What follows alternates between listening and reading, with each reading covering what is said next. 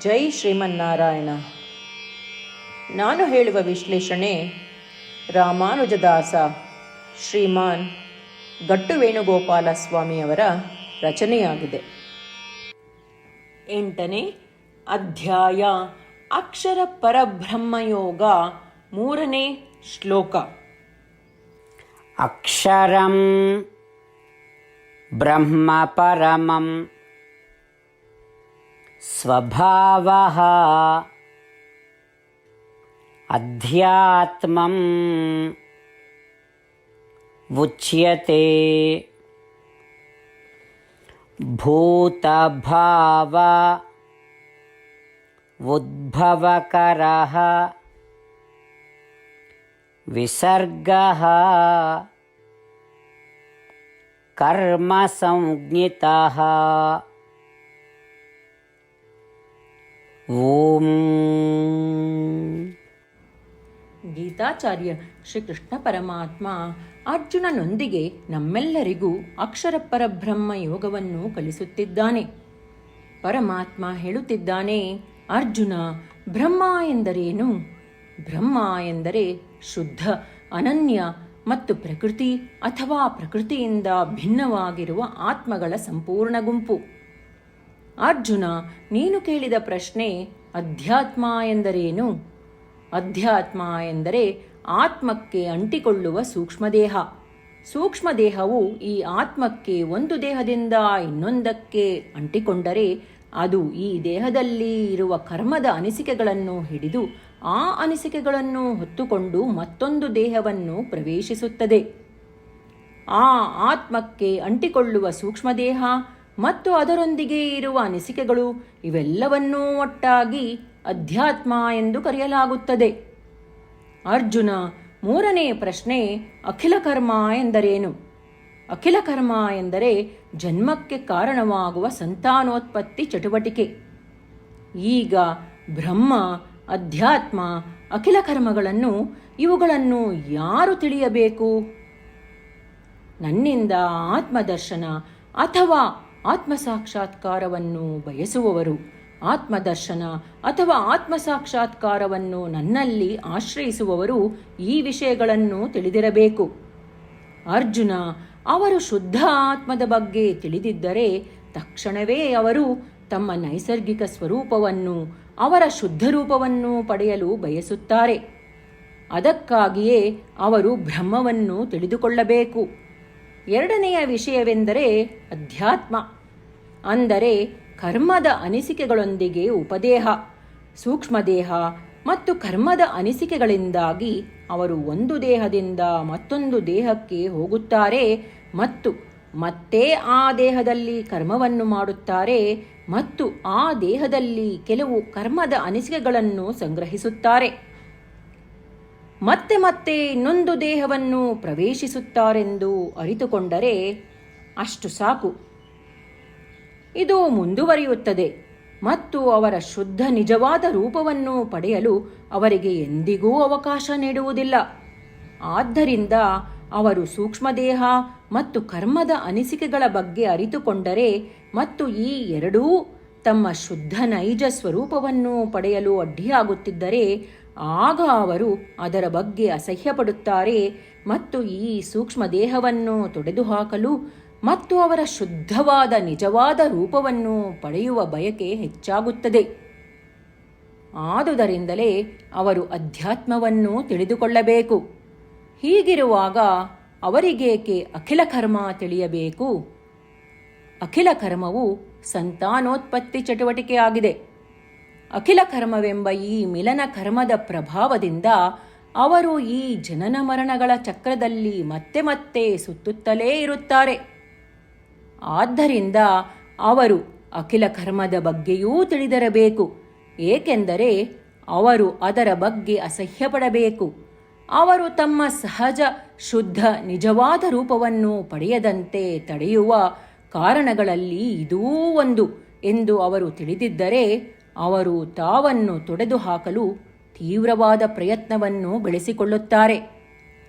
ಆದ್ದರಿಂದ ಆತ್ಮದರ್ಶನ ಅಥವಾ ಆತ್ಮಸಾಕ್ಷಾತ್ಕಾರವನ್ನು ಪಡೆಯಲು ಬಯಸುವವರು ತಿಳಿದುಕೊಳ್ಳಬೇಕು ಬ್ರಹ್ಮ, ಅಧ್ಯಾತ್ಮ ಮತ್ತು ಅಖಿಲ ಕರ್ಮ. ಅದರಂತೆ ಶ್ರೀಕೃಷ್ಣ ಪರಮಾತ್ಮನು ತನ್ನನ್ನು ಸಮೀಪಿಸಿ ಆತ್ಮದರ್ಶನ ಅಥವಾ ಆತ್ಮಸಾಕ್ಷಾತ್ಕಾರವನ್ನು ಪಡೆಯಬೇಕೆಂದು ಭಾವಿಸುವವರು ತಿಳಿಯಬೇಕಾದ ವಿಷಯಗಳನ್ನು ಸ್ಪಷ್ಟವಾಗಿ ವಿವರಿಸುತ್ತಿದ್ದಾನೆ. ಶ್ರೀಕೃಷ್ಣ ಪರಮಾತ್ಮನ ಉಪದೇಶವನ್ನು ಧ್ಯಾನಿಸುತ್ತಾ ನಾವು ಆತ್ಮದ ಶುದ್ಧ ಸ್ವರೂಪವನ್ನು ಅರಿತುಕೊಂಡು ನಾವು ಈಗ ಈ ಲೌಕಿಕ ಪ್ರಕೃತಿಯ ನಿಯಂತ್ರಣದಲ್ಲಿದ್ದೇವೆ ಮತ್ತು ಈ ಜನ್ಮಾಮರಣಗಳ ಚಕ್ರವನ್ನು ಅನುಭವಿಸುತ್ತಿದ್ದೇವೆ ಎಂದು ಪಶ್ಚಾತ್ತಾಪ ಪಡುತ್ತಾ ತಕ್ಷಣವೇ ನಮ್ಮನ್ನು, ಅಂದರೆ ಸಹಜ ಶುದ್ಧ ನಿಜವಾದ ರೂಪವನ್ನು ಸಾಧಿಸುವ ಬಯಕೆಯನ್ನು ಹೆಚ್ಚಿಸಿಕೊಳ್ಳೋಣ. ನಾವೆಲ್ಲರೂ ಶ್ರೀಕೃಷ್ಣ ಪರಮಾತ್ಮನ ಮಾತುಗಳನ್ನು ಹಾಗೆಯೇ ಪುನರಾವರ್ತಿಸಲು ಪ್ರಯತ್ನಿಸೋಣ. ಅಕ್ಷರಂ ಬ್ರಹ್ಮ ಪರಮಂ ಸ್ವಭಾವೋಧ್ಯಾತ್ಮಮುಚ್ಯತೆ ಭೂತಭಾವೋದ್ಭವಕರೋ ವಿಸರ್ಗಃ ಕರ್ಮ ಸಂಜ್ಞಿತಃ. ಗೀತೆಯ ಸತ್ವ ಮತ್ತು 8 ಭಾಷೆಗಳು. ಶ್ರೀಕೃಷ್ಣ ಪರಮಾತ್ಮ ಉಪದೇಶಿಸಿರುವ ಶ್ರೀಮದ್ ಭಗವದ್ಗೀತೆಯ ಪೂರ್ಣಸತ್ವ. ಅಧ್ಯಾಯ 18, 65ರಿಂದ 70 ಶ್ಲೋಕಗಳಲ್ಲಿ 8 ಕಾರ್ಯಗಳನ್ನು ಮಾಡಬೇಕಾಗಿದೆ. ಶ್ರೀಕೃಷ್ಣ ಹೇಳುತ್ತಾನೆ, ಈ 8 ಕಾರ್ಯಗಳನ್ನು ಯಾರು ಅನುಸರಿಸುತ್ತಾರೋ ಅವರನ್ನು ನಾನು ಪ್ರೀತಿಸುತ್ತೇನೆ. ನಾನು ಆ ಭಕ್ತರನ್ನು ಎಲ್ಲ ವಿಧದ ಮಾರ್ಗಗಳಲ್ಲೂ ಸಂರಕ್ಷಿಸುತ್ತೇನೆ. ಶ್ರೀಕೃಷ್ಣ ಪರಮಾತ್ಮ ಉಪದೇಶಿಸಿದ ಭಗವದ್ಗೀತೆಯನ್ನು ಪೂರ್ಣ ಕೇಳಿಸಿಕೊಂಡ ನಂತರ ಅರ್ಜುನ ಹೇಳುತ್ತಾನೆ, ಕರಿಷ್ಯೆ ವಚನಂ ತವ. ಇದರ ಅರ್ಥ, ಕೃಷ್ಣ, ನಾನು ನೀನು ಹೇಳುವ ರೀತಿಯೇ ಮಾಡುವೆ. ಇದೇ ಕಾರಣದಿಂದ ಶ್ರೀಕೃಷ್ಣ ಅರ್ಜುನನಿಗೆ ಎಲ್ಲ ವಿಧದ ಯಶಸ್ಸು ಮತ್ತು ವಿಜಯಗಳನ್ನು ಪ್ರದಾನ ಮಾಡಿದ. ನಾವು ಈ 8 ಕರ್ಮಗಳನ್ನು ಮಾಡುತ್ತೇವೆ ಎಂದು ಪರಮಾತ್ಮನಿಗೆ ನಮ್ಮ ಪ್ರತಿಜ್ಞೆಯನ್ನು ಮಾಡೋಣ. ಶ್ರೀಕೃಷ್ಣ ಪರಮಾತ್ಮನಿಗೆ ವಚನ ಕೊಡುವುದಕ್ಕಿಂತ ಯಾವ ಪೂಜೆ, ತಪಸ್ಸು ಅಥವಾ ಯಜ್ಞ ದೊಡ್ಡದಿಲ್ಲ. ನಾವು ಮಾಡಬೇಕಾಗಿರುವ ಈ 8 ಪ್ರತಿಜ್ಞೆಗಳನ್ನು ನಾನು ಹೇಳುವೆ. ನೀವೆಲ್ಲರೂ ದಯವಿಟ್ಟು ಮನಸ್ಸು ಮತ್ತು ಹೃದಯದಿಂದ ಯೋಚಿಸಿ.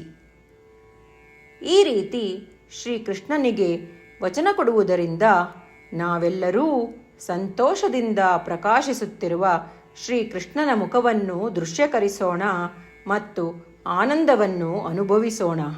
ಜೈ ಶ್ರೀಮನ್ನಾರಾಯಣ. ಇವುಗಳೇ ನಮ್ಮ 8 ಪ್ರತಿಜ್ಞೆಗಳು.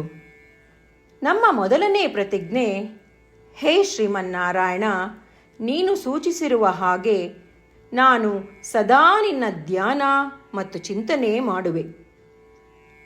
ನಮ್ಮ ಎರಡನೇ ಪ್ರತಿಜ್ಞೆ, ಹೇ ಶ್ರೀಮನ್ನಾರಾಯಣ, ನೀನು ಸಲಹೆ ನೀಡಿರುವ ಹಾಗೆ ನಾನು ಸದಾ ನಿನ್ನ ಭಕ್ತನಾಗಿರುವೆ. ನಮ್ಮ ಮೂರನೇ ಪ್ರತಿಜ್ಞೆ, ಹೇ ಶ್ರೀಮನ್ನಾರಾಯಣ, ನಾನು ನನ್ನ ಎಲ್ಲ ಕರ್ಮಗಳನ್ನು ನಿನ್ನ ಸೇವೆ ಮತ್ತು ನಿನ್ನ ಸಂತುಷ್ಟಿಗಾಗಿ ಮಾಡುವೆ. ನಮ್ಮ ನಾಲ್ಕನೇ ಪ್ರತಿಜ್ಞೆ, ಹೇ ಶ್ರೀಮನ್ನಾರಾಯಣ, ಅನುಸರಿಸಲು ನೀನು ಹೇಳಿರುವ ಹಾಗೆ ನಾನು ನಿನಗೆ ಸೇರಿದವನೆಂದು ಶ್ರೇಷ್ಠ ನಂಬಿಕೆ ಇದೆ ಮತ್ತು ನಾನು ಸದಾ 2 ಕೈಗಳನ್ನು ಜೋಡಿಸಿ ನಿನಗೆ ನಮಸ್ಕಾರ ಮಾಡುತ್ತೇನೆ ಮತ್ತು ನಿನ್ನನ್ನು ಪೂಜಿಸುತ್ತೇನೆ. ನಮ್ಮ 5ನೇ ಪ್ರತಿಜ್ಞೆ, ಹೇ ಶ್ರೀಮನ್ನಾರಾಯಣ, ನಿನ್ನ ವಚನಗಳನ್ನು ಸ್ಮರಿಸುತ್ತೇನೆ. ಮಾಮೇಕಂ ಶರಣಂ ವ್ರಜ. 18ನೇ ಅಧ್ಯಾಯ 66ನೇ ಶ್ಲೋಕ. ನೀನು ಹೇಳಿರುವೆ, ನಿನಗೊಬ್ಬನಿಗೇ ಶರಣಾಗಬೇಕು. ಶ್ರೀಮನ್ನಾರಾಯಣ, ನಿನಗೊಬ್ಬನಿಗೇ ಶರಣಾಗುವೆ. ನಮ್ಮ 6ನೇ ಪ್ರತಿಜ್ಞೆ, ಹೇ ಶ್ರೀಮನ್ನಾರಾಯಣ, ನಿನ್ನ ವಚನಗಳನ್ನು ಸ್ಮರಿಸುತ್ತೇನೆ. ಮಾ ಶುಚಃ. 18ನೇ ಅಧ್ಯಾಯ 66ನೇ ಶ್ಲೋಕ. ನೀನು ನಮಗೆ ಪುನರ್ ಆಶ್ವಾಸನೆ ನೀಡಿದ್ದೀಯ, ದುಃಖಿಸಬೇಡವೆಂದು. ನಾನು ಎಂದಿಗೂ ದುಃಖಿಸುವುದಿಲ್ಲ. ನಮ್ಮ 7ನೇ ಪ್ರತಿಜ್ಞೆ, ಹೇ ಶ್ರೀಮನ್ನಾರಾಯಣ, ನೀನು ಶ್ರೀಮದ್ ಭಗವದ್ಗೀತೆಯನ್ನು ನಮಗಾಗಿ ಉಪದೇಶಿಸಿ ಅನುಗ್ರಹಿಸಿ ಮತ್ತು ಆಶೀರ್ವದಿಸಿದ್ದೀಯ. ನಾನು ಕನಿಷ್ಠ 1 ಶ್ಲೋಕವನ್ನು ದಿನಾ ಪಠಿಸುವೆ ಅಥವಾ ಕೇಳಿಸಿಕೊಳ್ಳುವೆ ಎಂದು ನಾನು ಪ್ರತಿಜ್ಞೆ ಮಾಡುವೆ. ನಮ್ಮ 8ನೇ ಪ್ರತಿಜ್ಞೆ, ಹೇ ಶ್ರೀಮನ್ನಾರಾಯಣ, ನೀನು ಮನುಷ್ಯ ಸಮುದಾಯಕ್ಕೆ ಗೀತೆ ಉಪದೇಶಿಸಿದೆ. ನಾನು ನಿನ್ನ ಗೀತೆಯ ದೈವವಾಣಿಯನ್ನು ಗೀತೆಯ ಅರಿವಿಲ್ಲದಿರುವ ಭಕ್ತರಿಗೆ ಪ್ರಚಾರ ಮಾಡಲು ಪ್ರಯತ್ನಿಸುವೆ. ಹೇ ಶ್ರೀಮನ್ನಾರಾಯಣ, ನೀನು ಹೇಳುವ ಹಾಗೇ ಮಾಡುವೆ. ನಿನ್ನ ಇಚ್ಛೆಯಂತೆ ನಡೆವೆ. ನಾನು ನಿನಗಾಗಿಯೇ ಶ್ರಮಿಸುವೆ. ಶ್ರೀಮನ್ನಾರಾಯಣನಿಗೆ ದಿನಪ್ರತಿದಿನವೂ ನಾವು ನೀನು ಹೇಳಿದ ಹಾಗೇ ಮಾಡುವೆವು ಎಂದು ಮಾತು ಕೊಡುವುದೇ ಶ್ರೇಷ್ಠ ಪೂಜೆ. ನಾವು ನಮ್ಮ ಅಚಲವಾದ ನಂಬಿಕೆಯಿಂದ ಅವನಿಗೆ ನಮ್ಮ ಪ್ರತಿಜ್ಞೆ ಮಾಡೋಣ. ಶ್ರೀಮನ್ನಾರಾಯಣ, ಕರಿಷ್ಯೆ ವಚನಂ ತವ. ಶ್ರೀಮನ್ನಾರಾಯಣ, ನೀನು ನುಡಿದಿರುವ ಹಾಗೇ ನಡೆವೆ. ಸರ್ವಂ ಶ್ರೀಕೃಷ್ಣಾರ್ಪಣಮಸ್ತು. ಜೈ ಶ್ರೀಮನ್ನಾರಾಯಣ. ಅಕ್ಷರಂ ಬ್ರಹ್ಮ ಪರಮಂ ಸ್ವಭಾವಃ ಅಧ್ಯಾತ್ಮಂ ಉಚ್ಯತೆ. ಭೂತಭಾವ ಉದ್ಭವಕರಃ ವಿಸರ್ಗಃ ಕರ್ಮ ಸಂಜ್ಞಿತಃ. ಓಂ. ಅಕ್ಷರಂ ಬ್ರಹ್ಮ ಪರಮಂ ಸ್ವಭಾವೋಧ್ಯಾತ್ಮಮುಚ್ಯತೆ. ಭೂತಭಾವೋದ್ಭವಕರೋ ವಿಸರ್ಗಃ ಕರ್ಮ ಸಂಜ್ಞಿತಃ.